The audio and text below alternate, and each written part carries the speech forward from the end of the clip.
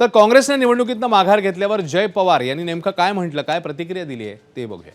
तर जितका आपण प्रयत्न केला तेवढा आपण प्रयत्न करू शकतो तेवढा केलाय, पण बिनविरोध नाही झाली निवडणूक. जावं लागतंय आता जायला लागणार. प्रचाराची सुरुवात केव्हा होणार आहे? तर बघू आता वहिनी आणि पारदादा एकदा दिल्लीवरनं परत आल्यावरती आम्ही एकदा एकत्र चर्चा करून तसं तुम्हाला सांगू.